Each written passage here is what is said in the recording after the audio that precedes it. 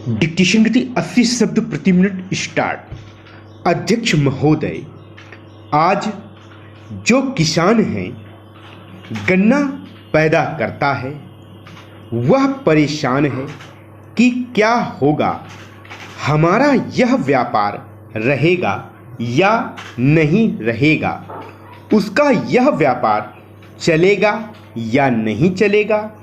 एक तरफ तो यह कहा जाता है कि किसानों को गन्ने की ज़्यादा कीमत मिले, हम किसानों की सहायता करना चाहते हैं और किसानों से हम यह आशा करते हैं कि वे अधिक पैदा करें। लेकिन दूसरी तरफ किसानों को जो मिलने वाली चीज़ें हैं उन पर नए कर लगाए जाते हैं। केवल केंद्र सरकार ही नहीं बल्कि राज्य सरकारें भी कर लगाती हैं। अधिक उपज के लिए किसानों को कुछ चीज़ों की आवश्यकता है जिनकी पूर्ति करना बहुत आवश्यक है। उनको ऐसे साधन चाहिए जिनको वे खेती में उपयोग कर सकें।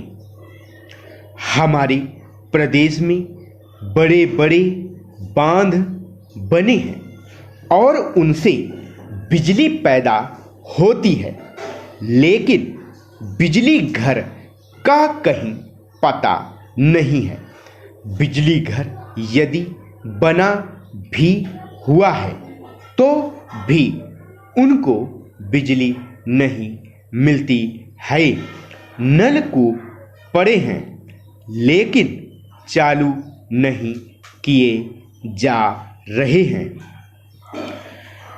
जहां पर बिजली पहुंची भी है वहां के जो किसान हैं वे भी दर दर की ठोकरें खाते फिरते हैं, लेकिन उनको बिजली नहीं मिलती है। बेचारे किसी तरह से कर्ज लेकर डीजल पंप खरीदते हैं और उससे वे काम चला रहे हैं। लेकिन अब सरकार ने डीजल तेल पर भी कर बढ़ा दिया है। इसका नतीजा यह होगा कि उनके पंप पड़े रह जाएंगे। फिर आपको कहां से अन्न मिलेगा? आप किसान से यह आशा करते हैं कि वह अधिक अन्न पैदा करके आपको दे, उपज बढ़ावे, लेकिन जो साधन हैं उन पर आप कर लगाते जा रहे हैं। किसान पर आप इतना बोझ डालते जा रहे हैं कि उनके प्रयोग को ही वह भूल जाएगा। खाद की भी बात की जाती है। आप कारखाने भी खोलना चाहते हैं। दुनिया के जो बड़े बड़े देश हैं उनको आप निवेदन कर रहे हैं कि यहाँ आकर वे खाद के कारखाने खोलें और खाद पैदा करें।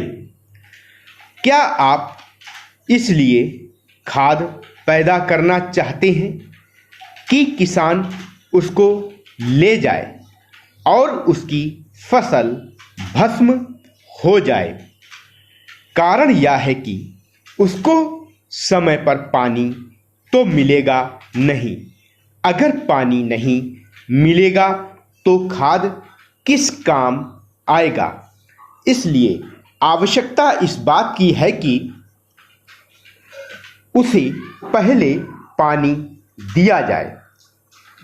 अध्यक्ष महोदय, मैं आज एक ऐसे विषय पर बोलने जा रहा हूं जो देश के सामने एक बहुत बड़ी समस्या बना हुआ है। आजकल कृषि पर बहस चल रही है।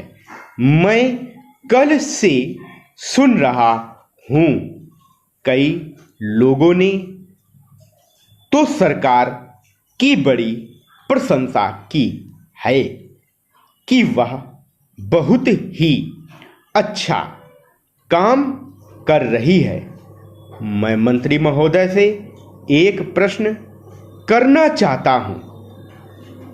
मार्च में मंत्री महोदय ने एक प्रश्न के उत्तर में कहा था कि 2 वर्ष में हमारा देश आत्मनिर्भर हो जाएगा। मैं जानना चाहता हूं कि ऐसा कहने के पीछे उनका आधार क्या है। कौन से उनके पास ऐसे प्रमाण हैं जिनके आधार पर उन्होंने इस प्रकार की घोषणा की है।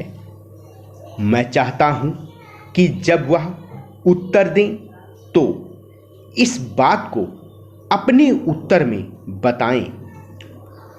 आप जानते हैं कि इस देश में 80% लोग खेती करते हैं और उसके बाद भी आज हमारे देश का सम्मान दूसरे देशों में कितना है। आज हम दूसरे देशों से देश के नागरिकों के लिए खाद्यान्नों का आयात काफ़ी मात्रा में कर रहे हैं। खाद्यान्न की स्थिति बिल्कुल संतोषजनक नहीं है।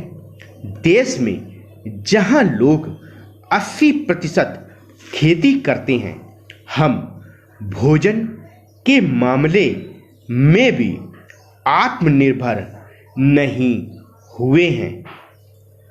इसके कुछ कारण हैं। जिस समय देश स्वतंत्र हुआ उसी समय से इस सरकार ने कुछ गलतियां की हैं, जिसका यह परिणाम है कि आज इतने वर्षों की बाद भी हम आत्मनिर्भर नहीं हो सके हैं।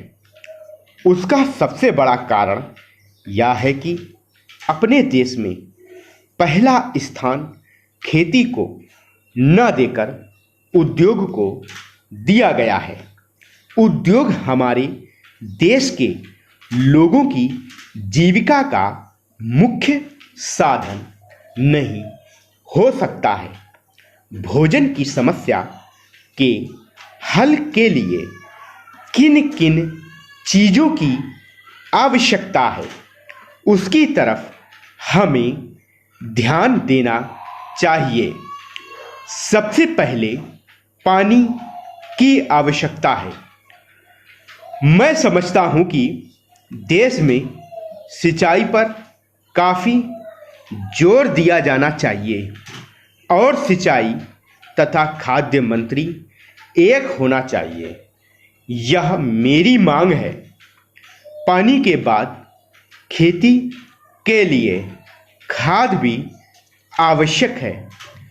खाद का स्थान दूसरा हो सकता है। आज देश में खाद की बात काफ़ी जोर देकर कही जाती है। यह कहा जाता है कि उपज को बढ़ाने के लिए खाद की आवश्यकता है। बिना खाद के उपज नहीं बढ़ सकती, किंतु खाद कहाँ तक उपज को बढ़ा सकेगी, यह भी देखने और सोचने की ही बात है।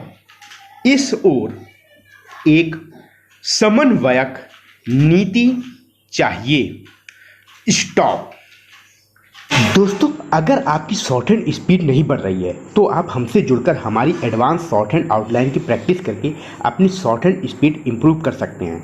आउटलाइन प्राप्त करने के लिए दिए गए नंबर पर संपर्क कर सकते हैं और यदि आपको रेगुलर डिक्टेशन विद आउटलाइन लेनी है तो आप हमारे ग्रुप को ज्वाइन कर सकते हैं। और यदि आपके किसी साथी को घर बैठे ऑनलाइन हिंदी शॉर्ट हैंड सीखना है तो आप उसको इस चैनल के बारे में बता सकते हैं। दोस्तों, इसी तरह के और वीडियो पाने के लिए हमारे चैनल को सब्सक्राइब कीजिए और बेल आइकन को भी दबा दीजिए। दोस्तों, आप वीडियो तो देख लेते हैं लेकिन वीडियो को लाइक करना भूल जाते हैं। अगर आपको हमारी मेहनत से ज़रा सा भी लाभ होता है तो प्लीज़ वीडियो को लाइक ज़रूर कर दिया कीजिए। इसके कोई पैसे नहीं लगते हैं। आपका लाइक और एक कमेंट ही हमें और ज़्यादा मोटिवेट करते हैं और ज़्यादा वीडियो बनाने के लिए। धन्यवाद।